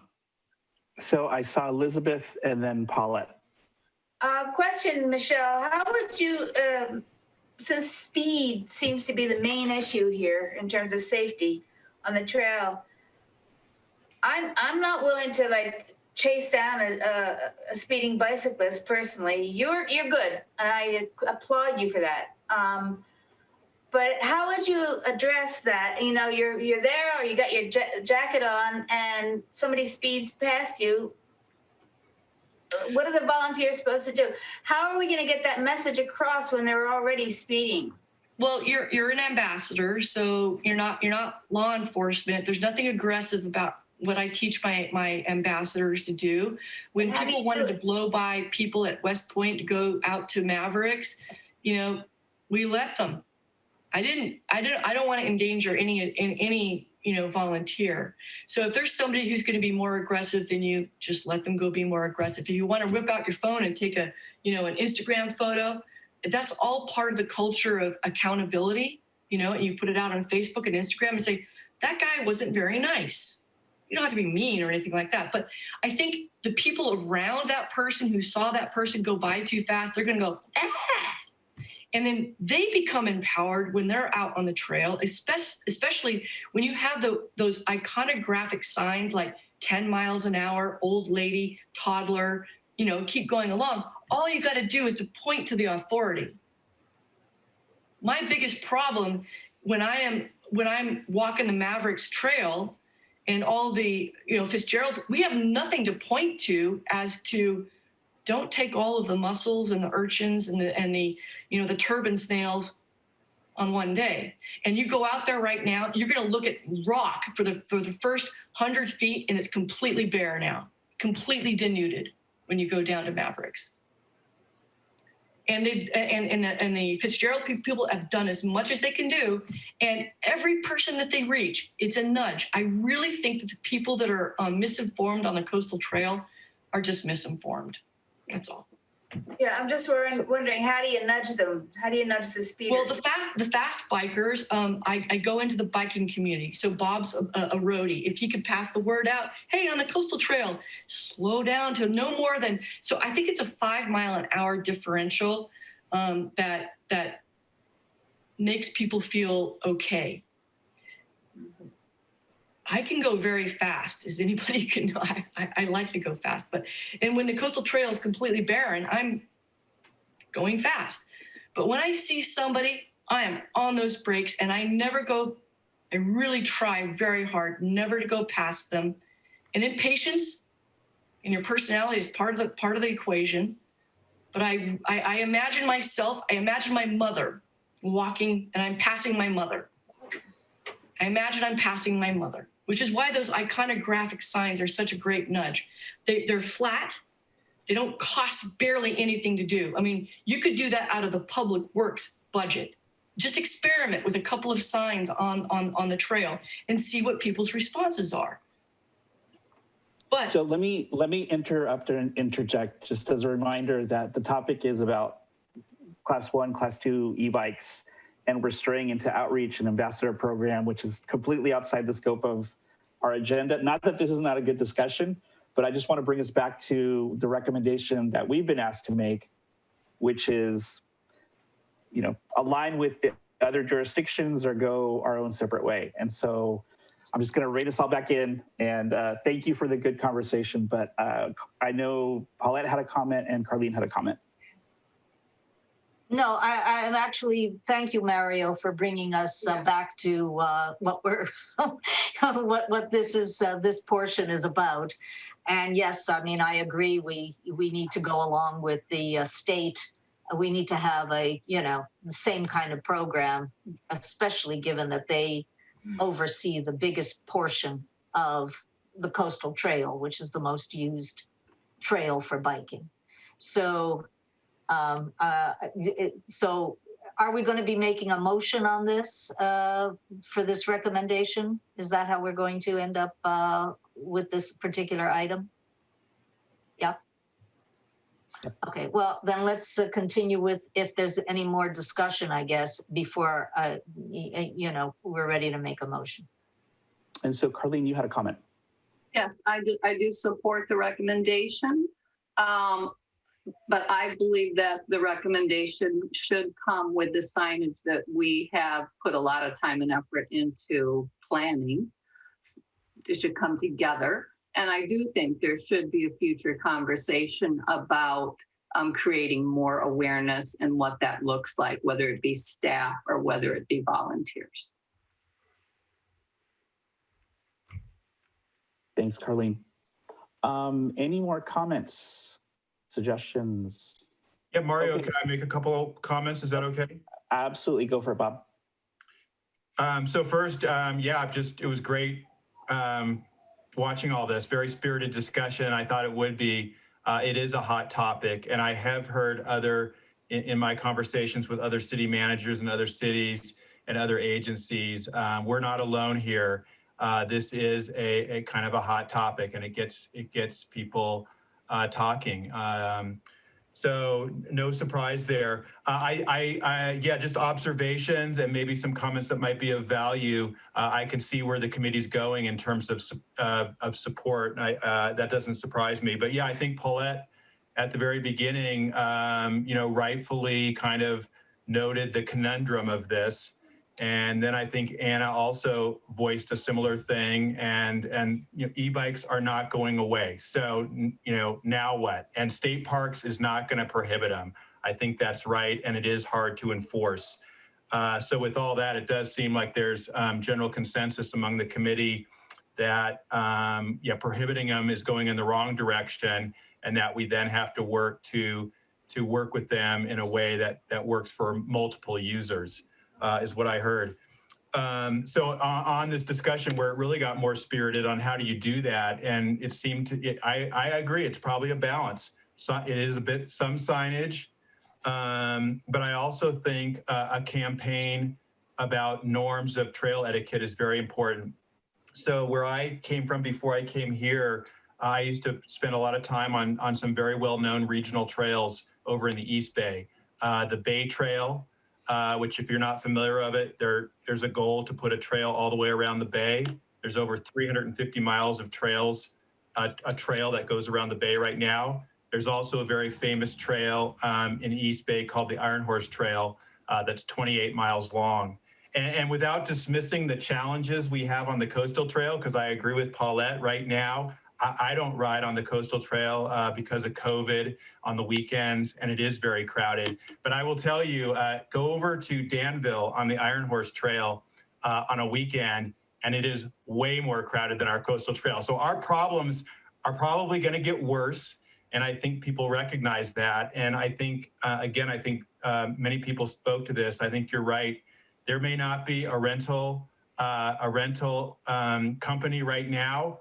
It's coming. I guarantee you, in the next 5 years, someone is going to see the light, they can make money, and they're going to start renting e-bikes, and it's going to double the bikes out there. It is definitely coming. So this conversation, again, it's not, you know, we have to remember, it's not just short term. We're in this for the long term. So some of these ideas we come up with, these strategies, they may take 1 year, 5 years, 10 years, but the use of that trail is going to become more and more popular. There is no doubt about it. So I think it is a mix of both on the campaign side and on the signage side. And on the norms, you know, back to it seems like, yeah, they're not, I don't see them on the Coastal Trail as much as I saw them in East Bay. The norms about user groups respecting other user groups. And I think part of a campaign is important, you know, that bicyclists do the right thing. They know to go 15 miles an hour and say on your left when they pass. And walkers also know the etiquette of not walking 5 abreast, not the right thing, you know, walk on, you know, and so forth and so on. So there is some norms that are helpful, but people are ignorant. And I think Michelle made that point. You can nudge people to understand. It's hard with tourists. You know, they're not, they come here and they're the ones usually that, oh, I'm on a trail. Oh, I didn't realize that. Yeah, you're standing on a trail. So I think there's a little bit of both of that. And then longer term, back to Danville, believe it or not, it's so congested there. There's conversations there of widening that trail to the point where there's actually 2 lanes. You got essentially your slow lane and your fast lane because there's just so many, which is a good thing, right? We want people out of their cars. But maybe that's the long-term conversation with state parks is this trail, you know, it's, what is it, 10 feet wide? Maybe in the long term, it needs to be 12 or 14 feet wide. And that maybe needs to be a commitment that we make with state parks is that it needs to be 14 feet wide. And the standard for the Bay Trail is a great standard. It's 12 feet of asphalt. And then on top of that, they have 2 feet of path on either side so that the runners run on the path, you know. So there's these long-term things to separate use. And then final comment on the ambassador idea. So there was a gentleman who approached Matthew and I about 6 months ago who really wanted to get the program going. He said he would do everything. I forget the guy's name, but he does ski patrol. And he said there's a whole association for ski patrol. And he said that you can pattern a bike patrol the same model as the ski patrols use. And you can actually even use their insurance and everything. And, you know, they just need a jersey so they look official. And so I think there's something there. So we'll reach out to that guy and still see if he's still interested. Obviously, you know, there was a spirited conversation. How far will they go? And that you're right. If you're not comfortable confronting someone, then they shouldn't confront someone. You have to have kind of rules. Do what you're comfortable doing. Keep it positive. Help someone fix a flat if they have a flat. You know, hey, you're going a little too fast. Be careful. And apparently, I just saw from John Dowdy, there's a grant opportunity that just came out from the Coastal Conservancy that's perfect for an ambassador, and it's between 20 and 40,000. So Moz, I'll talk to you about that. But it seems like we could apply and maybe get like $30,000 to help just kind of seed this ambassador idea. But it would be great if it was run by a non-city entity, you know, like a volunteer approach. Go out there when you want, get your exercise in, ride your bike, put on the jersey so everyone knows who you are, and be helpful and be an ambassador. So those are my comments. Great discussion. You guys are a great group. Oh, one last comment on the speed. Sorry, Michelle. Yeah, I think I hear the comment on 10 miles an hour, but the standard, I mean, you know this, on the Bay Trail, everywhere is 15. I think we'd be really hard pressed to get it down to 10. But anyway, again, great discussion. You guys are a great group. Thank you. Thank you, Bob. And you know what, Matt Nichols, you have your hand up. I'm not sure if that's still up from the previous or if you have another comment to make. Oh, hand is down. Okay, perfect. So I'll just add in my 2 cents at the end that yes, I this was a great conversation. I always learn from the bikers because I'm the pedestrian in downtown.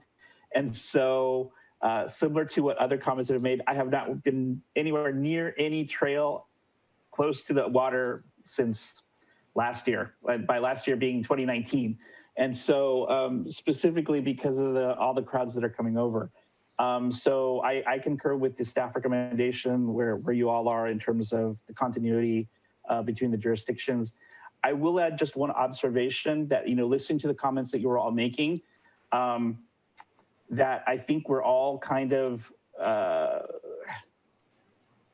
COVID has brought even more visitors to the coast. You know, in the early days back in April, March, May, where we were still without masks, if you will, running into a number of people downtown early in the morning, you know, when walking with the dogs. And by early on a weekend, I'm saying like, you know, 7:38, they were asking for like, hey, where can I go get coffee? Where's a good breakfast place, et cetera, et cetera. You have a little quick conversation. You know, people were coming from Elk Grove, people were coming from Modesto, and these are not day trippers. And so the point being, with limited opportunities to recreate, we have more influx of people coming out to visit us. And I think we're becoming even more of a destination.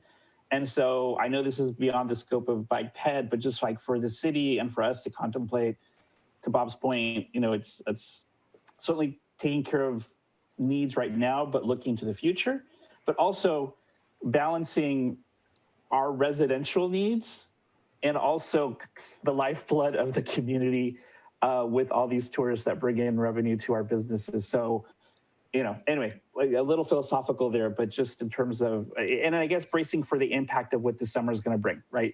We saw what last summer was like. Okay, let's be prepared for round 2, you know, this spring, summer, even, you know, this last sunny weekend. So with that, I think, Maz, you need an official motion. Do you just need a consensus that we approve with the staff report? What's the? I think a consensus would be fine. We had it set up more as an informational item, so I don't think an actual motion is required. But I think so far, I don't think anybody has stated that they're against, that they want to prohibit any of the e-bikes on the trails. Okay, is the committee comfortable with that? That we're all in consensus? Okay. Great, thank you, everybody. Great conversation. So Maz, back to you on project updates. I think you had actually touched on a couple before. I did, and there isn't a lot to talk about. A lot of the projects that we had updated previously are still ongoing. The Highway 1 North and the bike connectivity project on the north side. Still moving along, nothing new to report quite yet. I do want to, let me share my screen. I do have a little bit of an update on the Highway 1 South project. Give me 1 second. All right.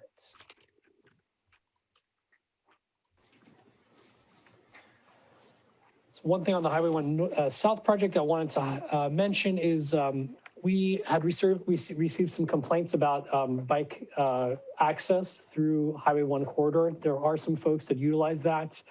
And with the changes and detours that were provided as part of the recent changes to for safety purposes, it cut off access for bikes that are trying to get over here. And there really isn't another spot unless they go way far back and try to actually get over to the coastal trail or God forbid, try and navigate through Highway 1, which I would never recommend anybody doing outside of a designated crossing. But so what Caltrans finally approved actually today was to take one of the lanes on a temporary basis. So the farthest northbound lane, the furthest eastbound northbound lane would actually be turned into a bike only lane. And that it would be just for the short duration. So right now it kind of splits off a little bit further. So it would actually be restricted to a 1 lane for vehicular traffic, and then it would be a protected bike lane closest to the east side. And so that would only be for a couple of months while we are finishing up the construction that's causing this detour. There will be when we get to the next phase of the project where we do the asphalt work, this would actually it would have to be removed, but that would be towards the end of the construction and would get us towards being able to open it back up. So that's a big positive that I wanted to share. We finally got the approval from Caltrans, so we'll look at the contractors actually working on making the modifications in the next day or two. I also wanted to just bring back the small project list from the bicycle pedestrian master plan. This is something that I'd like to continue bringing back so we don't forget of some of the things that we had already provided. And what I'll do actually next time is I'll start checking off the things that we've already completed. But I wanted to just kind of highlight that with our TFCA grant, there's a number of high visibility crosswalks that are actually going to be checked off of our list here. And so that's a big piece to this. And so I just wanted to kind of highlight this and make sure that we continue this on a rotating basis as we come back to touch base with you folks. That was pretty much it. We have, as I mentioned, we're starting our process on looking at our capital improvement program and identifying projects and bringing them up, looking at the funding sources. And so that'll be something that we'll be working on the next few months, and we'll be bringing back bike and pedestrian related projects to this committee for your review and your input as well. So that'll be coming up in the next few months. And that's pretty much it for now. If you guys have any specific questions, I'm happy to answer them on any of the items here or any of the other projects that we have going on around town. Yeah, my question is, how did it take this long to come up with this plan, and why was this plan not in place before the project was started? Because it's been 2 months basically with really bad bicycle access. No, I totally agree with you. I mean, there was, the short answer is Caltrans wouldn't allow us. We had to. Why? No, I want to know who the contact person for Caltrans was that wouldn't allow you. It's not a particular individual. It's their own specific policies. I mean, we went through the design process over a couple of years with Caltrans. When we got the project awarded, approved, it wasn't just the construction plans, but also the detour plans and the construction phasing project part of the project. Their regulations would not allow us to do all these closures of lanes, of vehicular lanes. My assumption is that it's based on their larger, programmatic approach to these projects. Maybe in other areas it makes sense. In ours, but we need to push back on Caltrans for this programmatic approach, because you know what their approach for the Moss Beach crosswalk was? Crystalline Geek from the chamber, she got online and she was like, "So, what's your plan?" And you know what the guy finally was pushed into the corner to say? We just put the paint down and we wanted to see what would happen. I'm not kidding you. I can send you the link to the quote. I heard that one. That's very unfortunate. Good for you, Moz. And that's been, that's been the toughest part, right? I mean, there's been a lot of conversations that obviously I haven't shared every piece of. So at what point will we as Half Moon Bay and Mid-Coasters get together and as a unit tell Caltrans where to go? I mean, literally, I can call, not Mark Berman, who's the one, Mullins, right? Right? And about the crosswalk, and even Mario didn't know what to do with this. And he's the aide. And he said, well, you want me to tell Caltrans what to do? That's the problem, is that we have no reciprocal relationship with Caltrans. And I go back 20 years. My kid was a little boy surfer, and he nearly got mowed down at Surfers Beach when his coaches asked him to come in for the team talk. He was out in the water. He had to go to the parking lot. And we didn't do that anymore after that one time because he nearly got killed. And Dave Holland, San Mateo Parks, used to live here 15, 20 years ago. He had Caltrans come out to the jetty. And I've never seen Dave lose his temper, but he was swearing at that Caltrans guy because that Caltrans guy said, you know, we've got our little policy and this is the way it's got to go. And there's absolutely no local control whatsoever. And so if this political group, I mean, I realize we're small, but I think we're mighty. At what point do we not have some pushback on what they're doing? I mean, all those road bikers, they had nowhere to go except with the cars. That's not fair. So where is our political power here? When are we going to get angry against Caltrans? When are we going to make Caltrans work for us? Because we are their employer. Just asking. Does anybody have any idea whatsoever? Anybody? So Michelle, I'm happy to have a offline conversation with you just so we can get back to the agenda. And again, I don't want us to get so off script that we violate the Brown Act. So any questions on the project updates Maz provided? Okay, seeing none. Moving on to Roman numeral 4, future agenda items, suggestions, recommendations from the committee of what you'd like to hear. Discussion with Caltrans? Communication with Caltrans? No, seriously, we should, Caltrans has been coming to the MCC meetings. Now that we've gone Zoom, we can get Caltrans to come here. We should have had, if I had thought about it, we should have had Caltrans at this meeting tonight.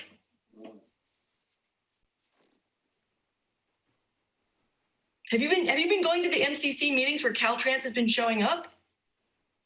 It's been historic. We have never had a Caltrans person at an MCC meeting, and now we have them twice in a row. They're way more receptive because of Zoom. I know, Moz, you don't like Zoom, but Zoom attendance for public meetings has gone up 10,000%. Montero Water Sewer, they had 50 people show up to their rate increase. And 4.5 hours later, they understood why the rate was increasing, and that reduced staff time. So that's what I'd like to put on the agenda is Caltrans communication. It will reduce their staff time ultimately. Absolutely. All right, other suggestions? Yes. First of all, I think, Michelle, that's really good. It's important to have those lines of communication. You want to connect to people because people are the ones that can make things happen or not happen. They can make a difference. So I do agree with that. And that's why I'm also asking back to where I started at the beginning. is state parks. We really need to be able to converse with state parks and have discussions about those things that we mutually find ourselves having to deal with. And the county, because it's not just state parks, but state parks, of course, is the real big one because they're right next, starting at Kelly, they're right there. And so, you know, they need to get to know us. We need to get to know them. We need a communication. I've, you know, been talking about this for quite a while, and it hasn't happened. I don't understand really why. Almost like there's a reluctance on staff's part to want to make inroads into connecting and communicating with those agencies that fortunately or unfortunately have jurisdiction or influence in our lives, in our everyday life. And so we need to be able to have a dialogue with these people.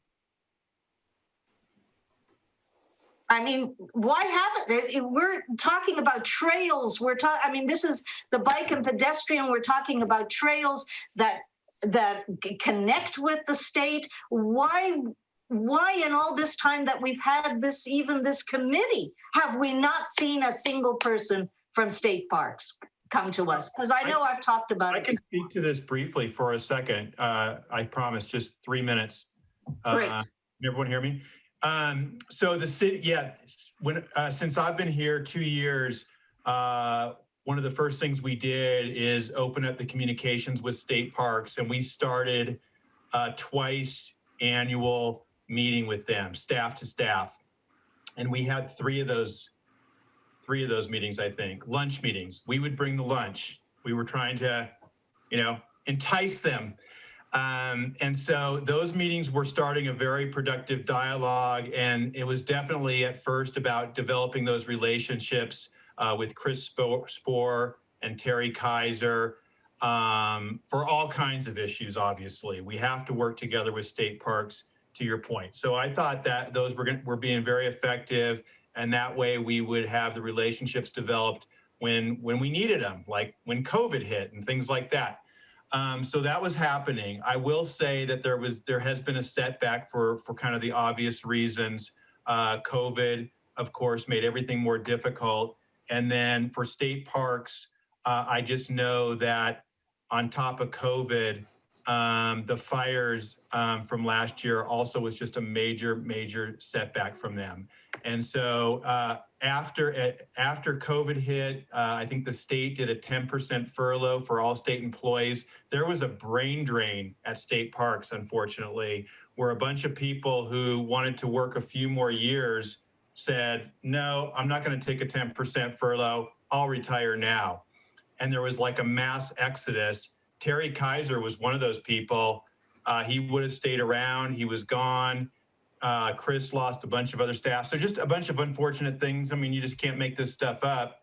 And so so our meetings with them kind of stopped. And then they had to start putting all their energy into which park got a lot of damage from the fires. The name's escaping me, sorry. Anyway, down south, beautiful red park in the Redwoods. Big Basin. What's that? Big Basin. Big Basin. No, even before Big Basin, the other one that's in there. Anyway.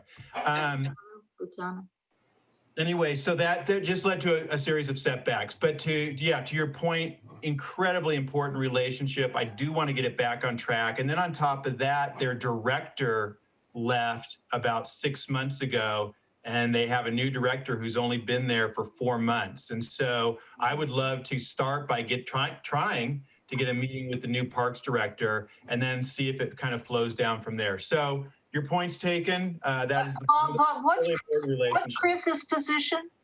Chris is the superintendent for this region. Right. Now, you know, Terry Kaiser reported to Chris. Yeah, well, you know, I know that Walter has contacted Chris a couple of times about things that were going on to see if he's been incredibly responsive, actually. Walter is the person who took Terry Kaiser's place. That Michelle had that question. Yeah. Oh, no, I'm talking about my Walter. Oh, I'm sorry. His name's Walter as well. Wow, not that many Walters, not the name, it's a very old-fashioned name. So yeah, no, my Walter has directly, contacted Chris for 1 or 2 situations that have happened over the last 2 or 3 years. He was very responsive. So it feels like let's, why not have him come to like a meeting like this so that we can discuss the coastal trail.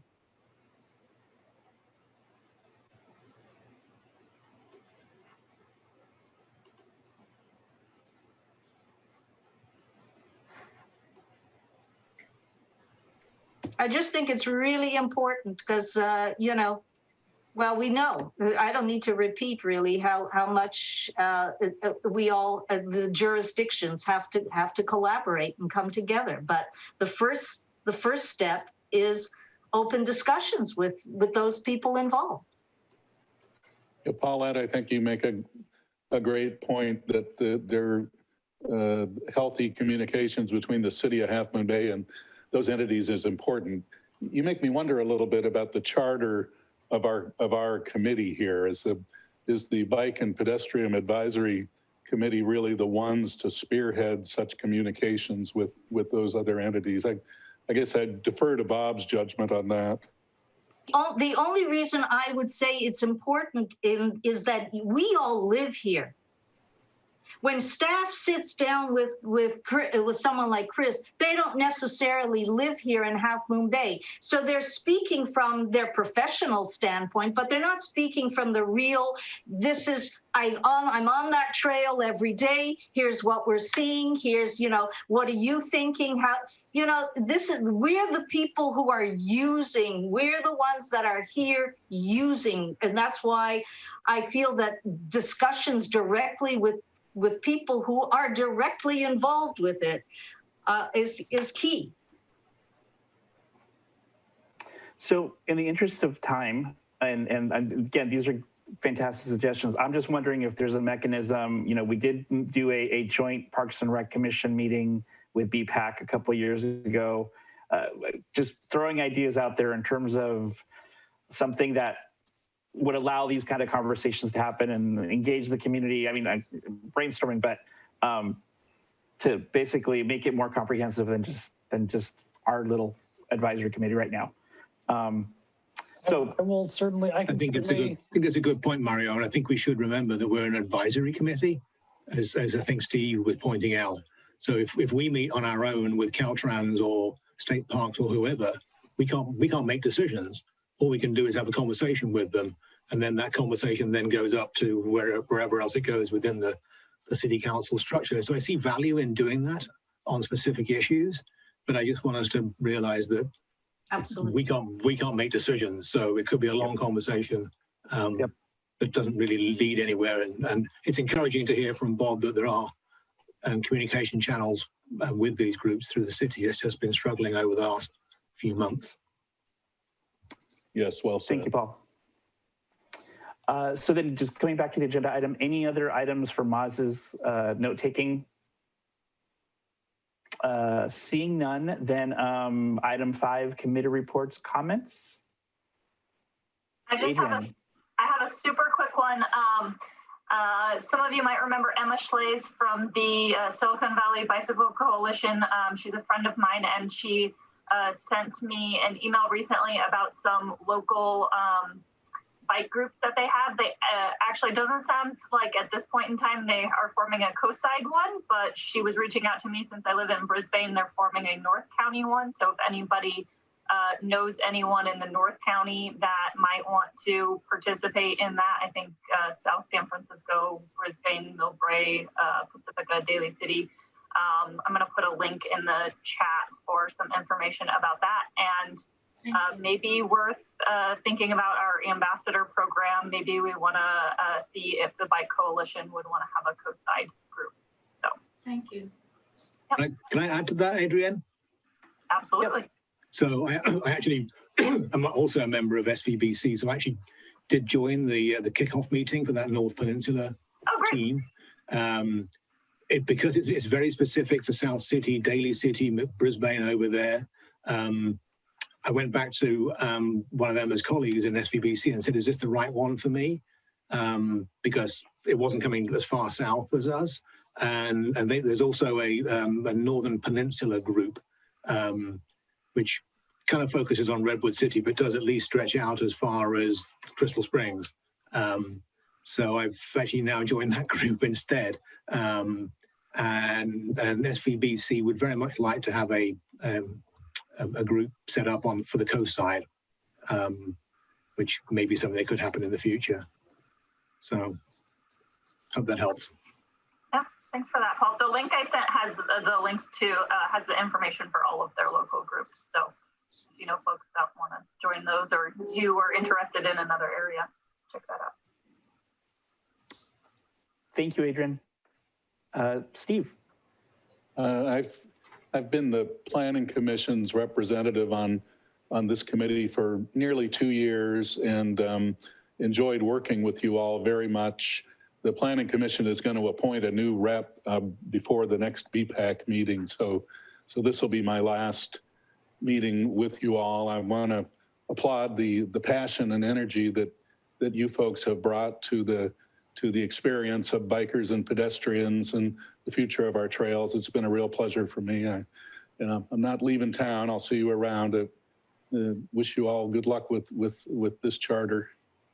Thank you. Thank you, Steve. Very much appreciated, and appreciate all your time and effort on this group. Any other comments?